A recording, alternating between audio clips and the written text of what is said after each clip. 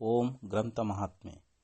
ಶ್ರೀ ಸಿದ್ಧಪುರುಷನ ಈ ಪವಿತ್ರ ಚರಿತ್ರೆಯನ್ನು ನಿತ್ಯವೂ ಶ್ರದ್ಧೆಯಿಂದ ಓದುವ, ಕೇಳುವ, ಪೂಜಿಸುವ ಸರ್ವಭಕ್ತರಿಗೆ ಧರ್ಮ, ಅರ್ಥ, ಕಾಮ, ಮೋಕ್ಷಗಳು ಸಿದ್ಧಿಸುವವು.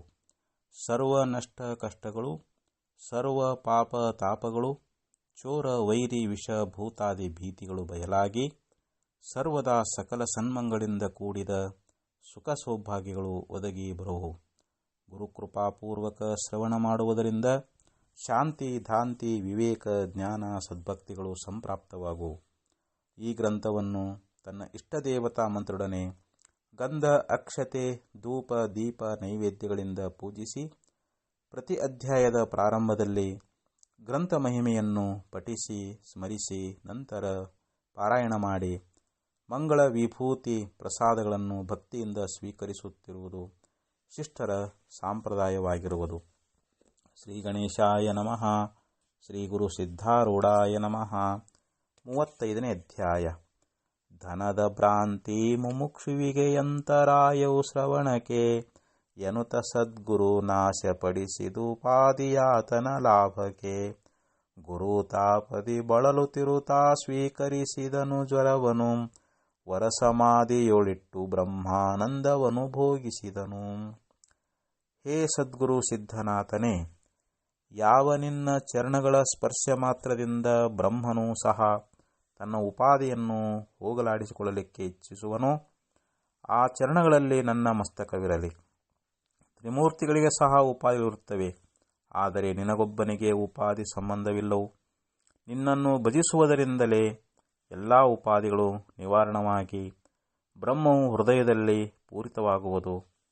ನೀನು ಕೃಪಾ ಮಾಡಿದ ಕೂಡಲೇ ದೇಹದೊಳಗಿರುತ್ತಾ ಜೀವನು ವಿದೇಹ ಭಾವವನ್ನು ಹೊಂದುವನು ಮತ್ತು ನಿನ್ನ ರೂಪಗಳೇ ಎಲ್ಲವೆಂದು ತಿಳಿದು ತನ್ನೊಳಗೆ ಇಡೀ ಬ್ರಹ್ಮಾಂಡವನ್ನೇ ನೋಡುತ್ತಾನೆ. ಎಲ್ಲಿವರೆಗೆ ನಿನ್ನ ಚರಣಗಳು ಹತ್ತಲಿಲ್ಲವೋ ಅಲ್ಲಿ ತನಕ ಸ್ತ್ರೀ ಪುತ್ರಾದಿಗಳೆಲ್ಲವೂ ನನ್ನವು ನನ್ನವು ಎಂದು ಜೀವನನ್ನುತ್ತಾನೆ. ಸದ್ಭಾವದಿಂದ ನಿನ್ನ ಕುರಿತು ಶರಣು ಹೋದ ಕ್ಷಣವೇ ಮನಸ್ಸು ಬದಲಾಗುತ್ತದೆ. ಏನೇನೆಲ್ಲ ನನ್ನದು ಎಂದು ಹೇಳುತ್ತಿದ್ದನೋ ಅದೆಲ್ಲ ನಿನ್ನ ರೂಪಗಳಾಗಿರುವವು. ಅಹಮ್ಮಮತೆಯ ಭಾರವನ್ನು ವಹಿಸದೆ ಇರುವವನಾಗಿ ನಿನ್ನ ಹೊರತು ಎರಡನೇದು ಏನೇನೂ ಸಹನವಾಗುವುದಿಲ್ಲ. ಸುಖದ ವಿಷಯಗಳೆಂಬವು ಯಾವ್ಯಾವಿದ್ದವೋ ಅವುಗಳ ಮೇಲಿನ ರಾಗವೆಲ್ಲ ಹಾರಿ ಹೋಗುವುದು. ರಾಗದ ಅಭಾವದಿಂದ ಬ್ರಹ್ಮಮಯವಾದ ಸದ್ವಸ್ತು ಒಂದೇ ಉಳಿಯುತ್ತದೆ. ಈ ಪ್ರಕಾರ ಜ್ಞಾನದ ಅಭ್ಯಾಸವು ನಿನ್ನ ಕೃಪೆಯಿಂದ ಘಳಿಗೆ ಘಳಿಗೆಗೆ ನಡೆಯುತ್ತಿದ್ದು ದೃಢಜ್ಞಾನವು ಪ್ರಾಪ್ತವಾದ ಕೂಡಲೇ ಈ ಮಾಯಾ ಪ್ರಪಂಚವು ಕ್ಷಣದಲ್ಲಿ ಮುರಿದು ಹೋಗುವುದು. ಚರಿತ್ರ ಕಥೆಯನ್ನು ಶ್ರವಣ ಮಾಡುವುದರಿಂದ ಕರ್ಣಗಳು ಪವಿತ್ರವಾಗುವು ಮತ್ತು ದೋಷಗುಣಗಳೆಲ್ಲ ಕರಗಿ ಹೋಗಿ ಮನವು ಉನ್ಮನಕ್ಕೆ ಹೋಗುವುದು. ಶ್ರೀ ಸಿದ್ಧಾರೂಢ ಸದ್ಗುರುನಾಥನು ಸಿದ್ಧಾಶ್ರಮದಲ್ಲಿ ಶೋಭಿಸುತ್ತಿರುವಾಗ ಮೈಸೂರು ಪ್ರಾಂತದಿಂದ ಒಬ್ಬ ಸದ್ಭಕ್ತನು ಅವರಿಗೆ ಶರಣು ಬಂದನು. ಸದ್ಗುರುಗಳು ಆತನ ಮುಖದ ಕಳೆಯನ್ನು ನೋಡಿ ಈತನು ಭೋಳೆ ಸ್ವಭಾವದ ಭಕ್ತನಿದ್ದಾನೆಂದು ತಿಳಿದು ಅವನಿಗೆ ಭೋಳೆ ಭಕ್ತನೆಂದು ಹೆಸರಿಟ್ಟರು. ಸದ್ಗುರುಗಳನ್ನು ಕುರಿತು ಆತನು ಪ್ರಾರ್ಥಿಸುತ್ತಾನೆ. ಹೇ ಸಿದ್ಧಾರೂಢನೇ, ನಿನ್ನ ಕೀರ್ತಿಯನ್ನು ಕೇಳಿ ನಾನು ನಿನಗೆ ಶರಣು ಬಂದಿರುತ್ತೇನೆ. ನೀನು ಕೃಪಾಳುವಾದ ಸದ್ಗುರುವಿರುವಿ. ದೀನನಾದ ನನ್ನನ್ನು ತಾರಿಸು. ಸದ್ಗುರುಗಳು ಆತನ ಪ್ರಾರ್ಥನೆಯನ್ನು ಸ್ವೀಕರಿಸಿ, ಭೋಳೆ ಭಕ್ತನೇ, ನೀನು ವೇದಾಂತ ಶ್ರವಣಕ್ಕೆ ಬರುತ್ತಿರು. ಸೇವೆಯನ್ನು ಮಾಡುತ್ತಾ ಇದ್ದೀಯೆಂದರೆ ನಿಶ್ಚಯವಾಗಿ ನಿನಗೆ ಕಲ್ಯಾಣವಾಗುವುದು ಎಂದು ಹೇಳಿದರು. ಅನಂತರ ಭೋಳೆ ಭಕ್ತನು ಊರೊಳಗೆ ಬಂದು ಬಿಡಾರ ಮಾಡಿಕೊಂಡು ಇದ್ದು ನಿತ್ಯದಲ್ಲಿಯೂ ಸಿದ್ಧಾಶ್ರಮಕ್ಕೆ ಬಂದು ವೇದಾಂತ ಶ್ರವಣ ಮಾಡುತ್ತಿದ್ದನು. ಅವನ ಹತ್ತಿರ ಒಂದು ಹಣದ ಗಂಟು ಇದ್ದುದರಿಂದ ಅವನ ಮನಸ್ಸು ಬಹಳ ಚಂಚಲವಾಗುತ್ತಿತ್ತು. ವೇದಾಂತ ಶ್ರವಣಕ್ಕೆ ಕುಳಿತಿರುವಾಗ ಮನಸ್ಸು ಮನೆಯ ಕಡೆಗೆ ಹೋಗುವುದು. ಮನೆಯಲ್ಲಿ ಹಾಸಿಗೆ ಮೇಲೆ ಮಲಗಿಕೊಂಡಿರುವಾಗ ಕಳ್ಳರು ಕನ್ನ ಇಕ್ಕಿ ಒಳಗೆ ಬಂದು ದ್ರವ್ಯ ಎಲ್ಲ ಕದ್ದುಕೊಂಡು ಹೋದರೆ ಹೊಟ್ಟೆ ದೆಸೆಯಿಂದ ಏನು ಮಾಡೋಣ ಎಂದು ಚಿಂತೆ ಮಾಡುವನು. ಈ ಪ್ರಕಾರ ಚಿಂತೆಯಿಂದ ಆತನಿಗೆ ರಾತ್ರಿ ನಿದ್ರೆ ಬರುತ್ತಿರಲಿಲ್ಲ. ಮರುದಿನ ಮಠಕ್ಕೆ ಹೋಗಿ ಶ್ರವಣಕ್ಕೆ ಕುಳಿತಾಗ ನಿದ್ರೆ ಬಂದು ತುಕುಡಿಸುತ್ತಿದ್ದನು. ಅಥವಾ ಕಳ್ಳರ ಭಯದಿಂದ ಮನಸ್ಸು ಮನೆಯಲ್ಲಿದ್ದ ಹಣದ ಕಡೆಗೆ ಹೋಗುತ್ತಿತ್ತು. ಇಂತಹ ಸ್ಥಿತಿಯನ್ನು ಸದ್ಗುರುಗಳು ನೋಡಿ ಈತನಿಗೆ ಮನಸ್ಸಿನಲ್ಲಿ ಬಹಳ ಚಿಂತೆ ಬಹಳ ಇರುವುದು, ಈತನಲ್ಲಿ ಖಚಿತವಾಗಿ ಮೋಕ್ಷ ಲಕ್ಷಣ ಇರುವವು, ಆದರೆ ಧನ ಒಂದೇ ಅಂತರಾಯವಿರುವುದು ಎಂದು ಚಿಂತಿಸುವರಾದರು. ಒಂದಾನೊಂದು ರಾತ್ರಿ ಕಾಲದಲ್ಲಿ ಆ ಭೋಳೆ ಭಕ್ತನು ಚಿಂತೆಯಿಂದ ಬಹಳ ರಾತ್ರಿ ತನಕ ಎಚ್ಚರ ಇದ್ದು ತುಸು ರಾತ್ರಿ ಇರುವಾಗ ನಿದ್ರೆ ಹೋದನು.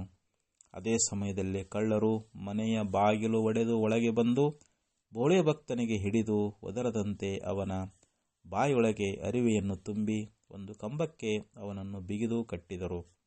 ಅನಂತರ ಅವನ ದ್ರವ್ಯವನ್ನೆಲ್ಲ ತೆಗೆದುಕೊಂಡರು. ಆ ಸಮಯದಲ್ಲಿ ಆತನಿಗೆ ಯಾರೂ ಸಹಾಯ ಮಾಡಲಿಲ್ಲ. ದ್ರವ್ಯಲೋಭವು ಆತನನ್ನು ಪೂರ್ಣವಾಗಿ ವ್ಯಾಪಿಸಿಕೊಂಡು ಮನಸ್ಸಿನಲ್ಲಿ ಸದ್ಗುರು ಸ್ಮರಣೆಯು ಬರಗೊಡಲಿಲ್ಲ. ಕಳ್ಳರಾದರೂ ಅವನ ವಸ್ತುಗಳನ್ನು ಸಹ ಕದ್ದುಕೊಂಡು ಅವನಿಗೆ ಒಂದು ಕೌಪೀನದ ಮೇಲೆ ಬಿಟ್ಟು ಹೊರಟು ಹೋದರು. ಕಳ್ಳರೆಲ್ಲ ಹೋದ ಬಳಿಕ ನೆರೆಯವರು ಬಂದು ನೋಡುವಾಗ ಕೌಪೀನಧಾರಿಯಾಗಿ ಸ್ತಂಭಕ್ಕೆ ಕಟ್ಟಲ್ಪಟ್ಟ ಭೋಳೆ ಭಕ್ತನನ್ನು ಕಂಡರು. ಅವನ ಮೇಲೆ ಬಹಳ ದಯಾ ಹುಟ್ಟಿ ಅವರು ಆತನನ್ನು ಬಿಚ್ಚಿಬಿಟ್ಟರು. ಆತನು ನೆಟ್ಟಗೆ ಸಿದ್ಧಾರೂಢ ಸದ್ಗುಳ ಕಡೆಗೆ ಬಂದು ಅವರ ಪಾದಕ್ಕೆ ಬಿದ್ದು ವರ್ತಮಾನವನ್ನು ಹೇಳಿ ಅಳಲಾರಂಭಿಸಿದನು. ಅದಕ್ಕೆ ಸದ್ಗುರು ಅನ್ನುತ್ತಾರೆ, ದುಃಖವನ್ನು ಯಾವಾಗಲೂ ಕಲ್ಯಾಣಕ್ಕೋಸ್ಕರವಾಗಿ ಈಶ್ವರನು ಕೊಡುತ್ತಾನೆ. ಲೋಕದಲ್ಲಿ ಷಡ್ರಿಪುಗಳು ನಿತ್ಯದಲ್ಲಿಯೂ ಜನರೊಳಗಿಂದ ಮಹದ್ದನವನ್ನು ಕದ್ದುಕೊಳ್ಳುತ್ತವೆ. ಜೀವನಿಗೆ ಅಂತಹ ಧನಕ್ಕಿಂತ ಹೆಚ್ಚಿನ ಧನವೇ ಇಲ್ಲ. ಅದು ನಾಶವಾದರೂ ಯಾರೂ ಗಾಬರಿಯಾಗುವುದಿಲ್ಲ. ಹೀಗಿರುವಾಗ ಇಂಥ ಕ್ಷಣಿಕವಾದ ಧನದೆಸೆಯಿಂದ ನೀನು ಚಿಂತೆ ಮಾಡುವುದು ಯೋಗ್ಯವಲ್ಲ. ಮುಂದೆ ನಿನಗೆ ಅದ್ಭುತವಾದ ಧನವು ಸಿಕ್ಕೀತು ಮತ್ತು ಆ ಧನವು ನಿನ್ನ ಹತ್ತಿರ ಶಾಶ್ವತವಾಗಿ ಉಳಿಯುವುದು. ಈ ಪ್ರಕಾರ ಸದ್ಗುರುನಾಥನು ಅಂದು ಆತನಿಗೆ ತನ್ನ ಮೈ ಮೇಲಿನ ದೋತರವನ್ನು ತೆಗೆದುಕೊಟ್ಟನು. ಆಗ ಭೋಳೆ ಭಕ್ತನು, ನಾನು ಎಲ್ಲಿಗೆ ಹೋಗಲಿ? ನಿನ್ನ ಚರಣಗಳಲ್ಲಿ ಇರುವೆನು. ಭಿಕ್ಷೆಯಿಂದ ಉದರವನ್ನು ತೃಪ್ತಿಪಡಿಸಿ ಚಿತ್ತವನ್ನು ನಿನ್ನ ಪಾದಲ್ಲಿ ಇಡುವೆನು ಎಂದು ಅಂದದ್ದು ಕೇಳಿ ಸದ್ಗುರುಗಳು ಆನಂದದಿಂದ ಆತನನ್ನು ಆಲಂಗಿಸಿ, ಭೋಳೆ ಭಕ್ತ ಎಂಬ ನಾಮವು ನಿನಗೆ ಈಗ ಒಪ್ಪುವುದು. ನೀನು ಸುಖದಿಂದ ಮಠದೊಳಗೆ ಇರು ಎಂದು ಹೇಳಿದರು. ಕಳ್ಳರು ಆತನ ದ್ರವ್ಯ ಹರಣ ಮಾಡಿಕೊಂಡು ಹೋದಂದಿನಿಂದ ಅವನ ಚಿಂತೆಯೆಲ್ಲ ಹೋಗಿಬಿಟ್ಟಿತು. ರಾತ್ರಿಯಲ್ಲಿ ಸುಖದಿಂದ ನಿದ್ರೆ ಮಾಡುತ್ತಿದ್ದು ಶ್ರವಣ ಕಾಲದಲ್ಲಿ ನಿದ್ರೆ ಬರುತ್ತಿದ್ದಿಲ್ಲ.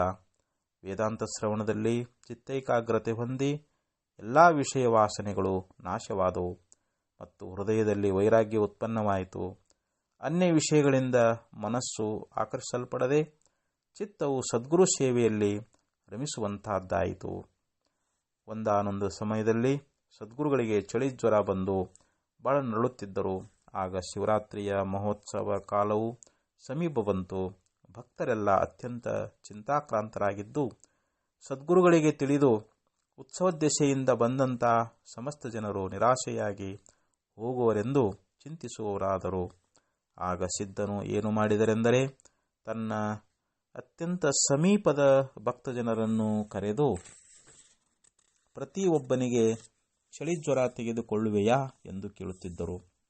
ಒಬ್ಬನೆಂದನು, ನಾನು ಜ್ವರದಿಂದ ಬಿದ್ದರೆ ಮನೆಯಲ್ಲಿ ಹೆಂಡತಿ ಮಕ್ಕಳು ಗಾಬರಿಯಾಗುವರು.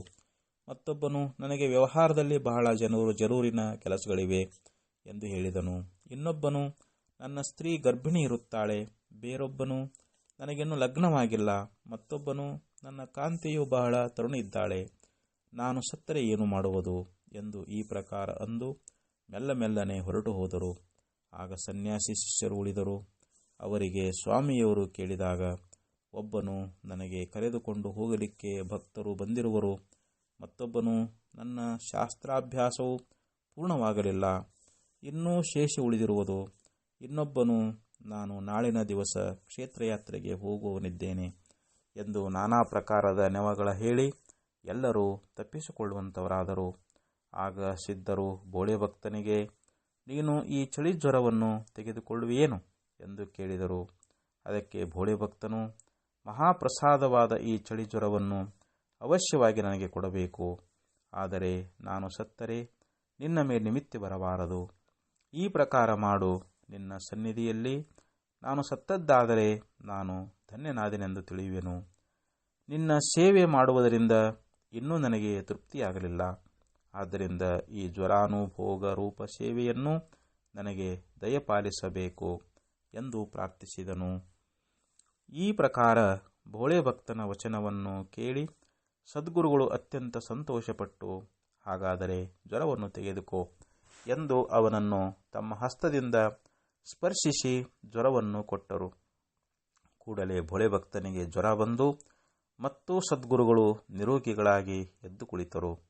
ಆಗ ಎಲ್ಲ ಭಕ್ತರಿಗೂ ಆನಂದವಾಯಿತು ಮತ್ತು ಉತ್ಸವವು ಯಥಾಸಾಂಗವಾಗಿ ನಡೆಯಿತು. ಉತ್ಸವ ಕಾಲದಲ್ಲಿ ಸಿದ್ದರಾಯರು ಕ್ಷಣ ಕ್ಷಣ ಭೋಳೆ ಭಕ್ತರ ನಿಸ್ಸಿಂಭಕ್ತಿಯನ್ನು ನೆನೆಸುತ್ತಿದ್ದರು ಮತ್ತು ಗಳಿಗೆಗೆ ಅವನತ್ತಿರ ಬಂದು ನೋಡಿ ಅಂಜಬೇಡ ಅಂಜಬೇಡ ಅನ್ನುತ್ತಿದ್ದರು. ಮಹೋತ್ಸವ ತೀರಿದ ಕೂಡಲೇ ಸದ್ಗುರುಗಳು ಆತನ ಸಮೀಪ ಬಂದು, ಜ್ವರವನ್ನು ಈಗ ತಿರುಗಿ ತೆಗೆದುಕೊಳ್ಳುವೆನು ಎಂದು ಹೇಳಿದ್ದನ್ನು ಕೇಳಿ ಭೋಳೆ ಭಕ್ತನು, ನೀನು ಜ್ವರದಿಂದ ಮಲಗಿದರೆ ನನಗೆ ಅತ್ಯಂತ ದುಃಖವಾಗುವುದು ಎಂದು ಅಂದನು. ಅದಕ್ಕೆ ಸಿದ್ಧರು, ನೀನು ಜ್ವರದಿಂದ ಮಲಗಿದರೆ ನನಗೆ ಅತ್ಯಂತ ದುಃಖವಾಗುವುದಲ್ಲ ಎಂದು ಹೇಳಿದ್ದಕ್ಕೆ ಆತನು, ಈ ಜ್ವರವು ನನಗೆ ಬೇಕಾಗಿದೆ, ನಾನು ಇದನ್ನು ಎರಡನೆಯವರಿಗೆ ಕೊಡಲೊಲ್ಲೆ. ನೀನು ಸ್ವಸ್ಥವಾಗಿರುವುದನ್ನು ನೋಡಿದರೆ ಸಾಕು, ನನಗೆ ಆನಂದವಾಗುವುದು ಎಂದು ನುಡಿದನು. ಈ ವಚನವನ್ನು ಕೇಳಿ ಸರ್ವರು ಈತನು ಧನ್ಯನು ಧನ್ಯನು, ದೇಹ ಮಮತೆಯನ್ನು ಬಿಟ್ಟು ಗುರುಕೃಪೆಗೆ ಪೂರ್ಣಪಾತ್ರನಾಗಿದ್ದಾನೆ ಎಂದು ಅನ್ನುವಂಥವರಾದರು. ಸಿದ್ಧ ಗುರುಗಳು ಬಹಳ ಸಂತೋಷಯುಕ್ತರಾಗಿ ಆ ಭೋಳೆ ಭಕ್ತನ ಮೈಯನ್ನು ತನ್ನ ಅಮೃತ ಹಸ್ತದಿಂದ ಸ್ಪರ್ಶಿಸಿ ಆತನ ಜ್ವರವನ್ನು ಹೋಗಲಾಡಿಸಿದರು. ಆ ಕೂಡಲೇ ಆತನು ಎದ್ದು ಕುಳಿತುಕೊಂಡು ಅಳಲಾರಂಭಿಸಿ, ನನಗೆ ಯಾಕೆ ಸ್ವಸ್ಥ ಮಾಡಿದಿ? ಈಗ ನೀನು ಜ್ವರದಿಂದ ಮಲಗಿದ್ದಾದರೆ ನನ್ನಿಂದ ಆ ದುಃಖವು ಸಹಿಸಲಾಗದೆ ನಾನು ಪ್ರಾಣ ಕೊಡುವೆನು ಎಂದು ಅಂದ ವಚನ ಕೇಳಿ ಸದ್ಗುರುಗಳು, ಆ ರೋಗದ ಬಾಧೆ ತೀರಿತು, ಇನ್ನು ಮೇಲೆ ಬರಲಾರದು, ನೀನು ನಿಶ್ಚಿಂತನಾಗಿರು ಎಂದು ಹೇಳಿದರು. ಒಂದಾನೊಂದು ದಿನ ತಾಸುರಾತ್ರಿಯಾಗುತ್ತಲೇ ಭೋಳೆ ಭಕ್ತನಿಗೆ ಸದ್ಗುರುಗಳ ಸಮೀಪ ಕರೆಸಿ, ನಾನು ಹೊರಗೆ ಹೋಗುವೆನು, ನೀನು ನನ್ನ ಸಂಗಡಲೇ ಬಾ ಎಂದು ಹೇಳಿದ್ದಕ್ಕೆ ಸದ್ಗುರು ವಚನವನ್ನು ಮಾನ್ಯ ಮಾಡಿ ಭೋಳೆ ಭಕ್ತನು ತತ್ಕಾಲ ಸಿದ್ಧರ ಹಿಂದೆ ಹೊರಟನು. ಇಬ್ಬರು ಕತ್ತಲೆಯೊಳಗೆ ಹೋಗುತ್ತಿರುವಾಗ ಭೋಳೆ ಭಕ್ತನು ತನ್ನ ಮುಂದೆ ನಡೆಯುತ್ತಿರುವ ಸದ್ಗುರುಮೂರ್ತಿಯಲ್ಲಿ ಲಕ್ಷ್ಯವಿಟ್ಟು ನಡೆಯುತ್ತಿದ್ದನು. ಆಗ ಅಕಸ್ಮಾತ್ತಾಗಿ ಆ ಗುರುಮೂರ್ತಿಯು ಮುಂದೆ ಇರುವ ಬಾವಿಯೊಳಗೆ ಬೀಳುವುದನ್ನು ಕಂಡನು. ಆಗ ಗಡಬಡಿಸಿ ಭೋಳೆ ಭಕ್ತನು ಓಡಿ ತಕ್ಷಣವೇ ಆ ಕೂಪದಲ್ಲಿ ತಾನೂ ಧುಮುಕಿದನು. ತುಸು ನೀರು ಇರುತ್ತಿದ್ದ ಆ ಬಾವಿಯೊಳಗೆ ಬಿದ್ದು ಆತನ ಮೈಯೆಲ್ಲ ಜರ್ಜರವಾಗಿ ಹೋಯಿತು. ಆದರೂ ಮನಸ್ಸಿನ ನಿರ್ಧಾರವನ್ನು ಬಿಡದೆ ಅತಿ ದುಃಖದಿಂದ ಸದ್ಗುರುವನ್ನು ಸ್ಮರಿಸುವಂತವನಾದನು. ಆ ಕೂಡಲೇ ಆತನು ತನ್ನ ಕಣ್ಣೆದುರಿಗೆ ವಿದ್ಯುಲ್ಲತೆಯಂಥ ಒಂದು ಪ್ರಕಾಶವನ್ನು ಕಂಡನು. ಆ ಪ್ರಕಾಶವನ್ನು ನೋಡುತ್ತಾ ಮನಸ್ಸಿನಲ್ಲಿ ಅತ್ಯಂತ ಆನಂದಭರಿತನಾದನು. ಈ ಪ್ರಕಾಶದ ಮಧ್ಯದಲ್ಲಿ ಸದ್ಗುರು ರೂಪವನ್ನು ಕಂಡು ತತ್ಕಾಲವೇ ಎದ್ದನು ಮತ್ತು ಹಾರಿ ಆ ರೂಪವನ್ನು ಎರಡೂ ಕೈಗಳಿಂದ ತೆಕ್ಕೆ ಹಾಕಿ ಅತಿ ಪ್ರೇಮದಿಂದ ಆಲಂಗಿಸುತ್ತಿರುವಾಗ ಅದರೊಳಗೆ ಐಕ್ಯತ್ವವನ್ನು ಹೊಂದಿ ಅಖಂಡಾನಂದ ಸಾಗರದಲ್ಲಿ ಮುಳುಗಿ ಹೋದನು. ದೇಹಭಾನವು ತಪ್ಪಿಹೋಯಿತು, ಗುರು ಶಿಷ್ಯವೆಂಬ ಭೇದವು ಕರಗಿ ಹೋಯಿತು ಮತ್ತು ಈ ಕಾಲದಲ್ಲಿ ಗುರುಸ್ವರೂಪದಲ್ಲಿ ತಲ್ಲೀನನಾಗಿ ಹೋಗುವಂತವನಾದನು. ಹೀಗೆ 5 ಗಳಿಗೆ ಐಕ್ಯ ಭಾವದೊಳಗೆ ಲೀನನಾಗಿದ್ದು ಪುನಃ ಭೋಳೆ ಭಕ್ತನು ಐಕ್ಯತ್ವ ಶಿಥಿಲವಾಗಿ ಸದ್ಗುರೂಪಕ್ಕೆ ಬೇರೆಯಾಗಿ ಅದನ್ನು ತನ್ನೆದುರಿಗೆ ನೋಡುತ್ತಾ ಇದ್ದನು. ಆದರೆ ಆ ಐಕ್ಯತ್ವದ ಅನುಭವವು ಮರೆಯದೆ ಅಖಂಡಾನಂದದಲ್ಲಿ ಇರುತ್ತಿದ್ದನು. ಅನಂತರ ಮೆಲ್ಲನೆ ಆ ಪ್ರಕಾಶವು ಕುಂದುತ್ತಾ ನಡೆಯಿತು ಮತ್ತು ಅದರ ಕೂಡ ಸದ್ಗುರು ರೂಪವು ಅದೃಶ್ಯವಾಯಿತು. ಆದರೆ ಆನಂದವು ಖಂಡಿಸಲ್ಪಡದೆ ಭೋಳೆ ಭಕ್ತನು ಉನ್ಮತ್ತನಂತಿದ್ದನು. ಆನಂದ ಸಮುದ್ರದಲ್ಲಿ ಮುಳುಗಿಕೊಂಡು 4 ಗಳಿಗೆ ತನಕ ಇದ್ದು ಆಮೇಲೆ ದೇಹದ ಮೇಲೆ ಸ್ವಲ್ಪ ಸ್ಮೃತಿ ಬಂದ ಕೂಡಲೇ ಆ ದೇಹ ದುಃಖವು ನೆನಪಿಗೆ ಬಂತು. ಅಷ್ಟರಲ್ಲಿ ಬಾವಿಯ ಮೇಲಿಂದ ಸದ್ಗುರುಧ್ವನಿ ಕೇಳಿಬಂತು. ಕೂಡಲೇ ದುಃಖವನ್ನೆಲ್ಲ ಬಿಟ್ಟನು. ಸದ್ಗುರು ಅನ್ನುತ್ತಾನೆ, ಹೇ ಭೋಳೆ ಭಕ್ತನೇ, ನನ್ನ ಪ್ರಿಯನೇ, ನೀನು ಎಲ್ಲಿರುತ್ತಿ? ಕಾಣಿಸುವುದಿಲ್ಲ ಅಂದದ್ದು ಕೇಳಿ ಆತನು, ನಾನು ಇಲ್ಲಿ ಬಾವಿಯೊಳಗಿರುವೆನು ಎಂದು ಉತ್ತರ ಕೊಟ್ಟನು. ಆಗ ದಯಾಳುವಾದ ಸಿದ್ಧರು ತಮ್ಮ ಹಸ್ತಗಳನ್ನು ಉದ್ದ ಮಾಡಿ ಎರಡೂ ಕೈಗಳಿಂದ ಆ ಭೋಳೆ ಭಕ್ತನನ್ನು ಹಿಡಿದು ಬಾವಿಯೊಳಗಿಂದ ಎತ್ತಿ ಮೇಲಕ್ಕೆ ತಕ್ಕೊಂಡರು. ಆಗ ಸದ್ಗುರುಗಳು ಆತನನ್ನು ನೋಡಿ ಬಹು ಪ್ರೇಮದಿಂದ ದೃಢಾಲಿಂಗನವನ್ನು ಕೊಟ್ಟರು. ಕೂಡಲೇ ಭೋಳೆ ಭಕ್ತನ ಶರೀರ ದುಃಖವೆಲ್ಲ ಹೋಗಿ ಪೂರ್ಣ ಸದೃಢನಾದನು. ಸದ್ಗುರುನಾಥನು ಆತನ ಮೇಲಿನ ಅತ್ಯಂತ ಕೃಪೆಯಿಂದ ಸಮಾಧಿ ಸುಖವನ್ನೇ ಕೊಡುವಂತವನಾದನು. ಸದ್ಗುರುವಿನ ಕಾರ್ಯಗಳು ವಿಚಿತ್ರವಾಗಿರುತ್ತವೆ. ಏನೇನೂ ಅರಿಯದ ಆ ಭೋಳೆ ಭಕ್ತನಿಗೆ ಆತ್ಮಜ್ಞಾನವನ್ನು ಪ್ರಾಪ್ತ ಮಾಡಿಕೊಟ್ಟನು. ವೇದಶಾಸ್ತ್ರಾದಿಗಳನ್ನೇನೂ ಪಠಿಸದೇ ಇದ್ದರೂ ಆ ಭೋಳೆ ಭಕ್ತನು ಚಿತ್ತದಲ್ಲಿ ಶುದ್ಧ ಭಾವವನ್ನು ಧರಿಸಿ ದೇಹಬುದ್ಧಿಯನ್ನು ಬಿಟ್ಟು ಸದ್ಗುರು ಸೇವಾ ಮಾಡಿದ ಮಾತ್ರದಿಂದ ಪ್ರತ್ಯಕ್ಷ ಬ್ರಹ್ಮರೂಪನಾಗಿ ಹೋದನು. ಈ ಪ್ರಕಾರದ ಭೋಳೆ ಭಕ್ತನ ಕಥೆಯನ್ನು ಶ್ರವಣ ಮಾಡಿದ ಮಾತ್ರದಿಂದ ಸರ್ವ ಪಾಪಗಳು ಸತ್ಯವಾಗಿ ನಾಶವಾಗುತ್ತವೆ ಮತ್ತು ಸದ್ಗುರುನಾಥನ ಕೃಪೆಯಿಂದ ಜ್ಞಾನವೇ ಪ್ರಾಪ್ತವಾಗುವುದು. ಈಗ ಕಥೆಯ ಲಕ್ಷಾರ್ಥವನ್ನು ಕೇಳಿರಿ. ಭೋಳೆ ಭಕ್ತನು ಸದ್ಭಾವವೇ ಮೂರ್ತಿಮಂತನಾದವನು. ಆ ಸದ್ಭಾವನೆಗಾದರೂ ಒಮ್ಮೆ ವಿಷಯಾಸಕ್ತಿ ಎಂಬ ಧನವಿತ್ತು. ಅದನ್ನು ಉಪರತಿ ಎಂಬ ಕಳ್ಳನು ಕದ್ದುಕೊಂಡು ಹೋದನು. ಆಗ ವೈರಾಗ್ಯಾಗ್ನಿ ಜ್ವಾಲೆಗಳು ಎದ್ದು ದೇಹಾಭಿಮಾನವೆಂಬ ತೃಣವನ್ನು ಸುಟ್ಟು ಬಿಟ್ಟಿದ್ದರಿಂದ ಸದ್ಭಾವನು ದೇಹಕ್ಕೆ ಉದಾಸೀನನಾಗಿ ಜ್ವರವನ್ನು ಪ್ರೇಮದಿಂದ ತೆಗೆದುಕೊಂಡನು. ಆ ಸದ್ಗುರು ದಯಾಳನು ಈ ಪ್ರಕಾರ ಭಕ್ತಿ ಪರೀಕ್ಷೆಯನ್ನು ತೆಗೆದುಕೊಂಡು ಚಲೋ ತೇರ್ಗಡೆ ಹೊಂದಿದನೆಂದು ತಿಳಿದು ಆತನಿಗೆ ಜ್ಞಾನವನ್ನು ಪ್ರಾಪ್ತಿ ಮಾಡಿಕೊಡುವುದಕ್ಕೋಸ್ಕರ ಏಕಾಂತದಲ್ಲಿ ಕರೆಸಿಕೊಂಡನು. ಸಮಾಧಿ ಎಂಬ ಬಾವಿಯೊಳಗೆ ಸದ್ಗುರು ಬಿದ್ದದ್ದನ್ನು ನೋಡಿ ಭೋಳೆ ಭಕ್ತನು ತಾನೂ ದೇಹಬುದ್ಧಿಯನ್ನು ಬಿಟ್ಟು ಅದರೊಳಗೆ ಹಾರಿದನು. ಅದರಿಂದ ಇಂದ್ರಿಯಗಳೆಲ್ಲ ವಿಕಳವಾದವು. ಅಲ್ಲಿ ಸ್ವರೂಪ ಪ್ರಕಾಶವನ್ನು ನೋಡಿದನು. ಆ ಪ್ರಕಾಶ ಮಧ್ಯದಲ್ಲಿ ಸುಂದರವಾದ ಸದ್ಗುರು ರೂಪವನ್ನು ನೋಡಿ ಭೋಳೆ ಭಕ್ತನು ಆ ರೂಪದೊಳಗೆ ಏಕರಸನಾಗಿ ಸಮಾಧಿ ಸುಖವನ್ನು ಅನುಭವಿಸುವಂತವನಾದನು. ಸದ್ಗುರು ಪುನರುತ್ಥಾನ ಮಾಡಿದರೂ ಭೋಳೆ ಭಕ್ತನಿಗೆ ಆನಂದಾನುಭವ ಉಳಿದು ನಿತ್ಯದಲ್ಲಿಯೂ ಸಮಾಧಿಯನ್ನು ಪುನಃ ಪುನಃ ಭೋಗಿಸುತ್ತಾ ಬ್ರಹ್ಮಜ್ಞಾನಿಯಾಗಿ ಹೋದನು. ದೇಹ ಮಮತ ಒಂದು ಬಿಟ್ಟಿರುವುದರಿಂದ ಸದ್ಗುರು ರೂಪದಲ್ಲಿ ಐಕ್ಯತ್ವವನ್ನು ಹೊಂದುವನು. ಇದರ ಹೊರತು ಮುಕ್ತಿ ಎಂಬುದು ಬೇರೆ ಇಲ್ಲ. ಮೋಕ್ಷವು ತತ್ಕಾಲ ಪ್ರಾಪ್ತವಾಗಬೇಕಾದರೆ ದೇಹಾಭಿಮಾನವನ್ನು ಬಿಡಬೇಕು ಎಂಬ ಶ್ರೀ ತುಕಾರಾಮರ ಉದ್ಗಾರವು ಇಲ್ಲೇ ದೃಷ್ಟಾಂತಕ್ಕೆ ಬರುವಂತಹದ್ದಾಯಿತು. ಪ್ರತ್ಯಕ್ಷ ಶ್ರೀ ಸದ್ಗುರುನಾಥನ ರೂಪದಿಂದಲೇ ಇಲ್ಲಿ ಸರ್ವ ವೇದಾರ್ಥವು ಮೂರ್ತಿಮಂತವಾಗಿರುವುದು. ಆತನನ್ನು ಸತ್ಯವಾಗಿ ವರ್ಣಿಸಲಿಕ್ಕೆ ನನ್ನ ಮತಿಯೂ ಸಾಕಾಗುವುದಿಲ್ಲ. ಆದರೂ ಆತನು ಗ್ರಂಥವನ್ನು ಬರೆಸುತ್ತಾ ಇದ್ದಾನೆ.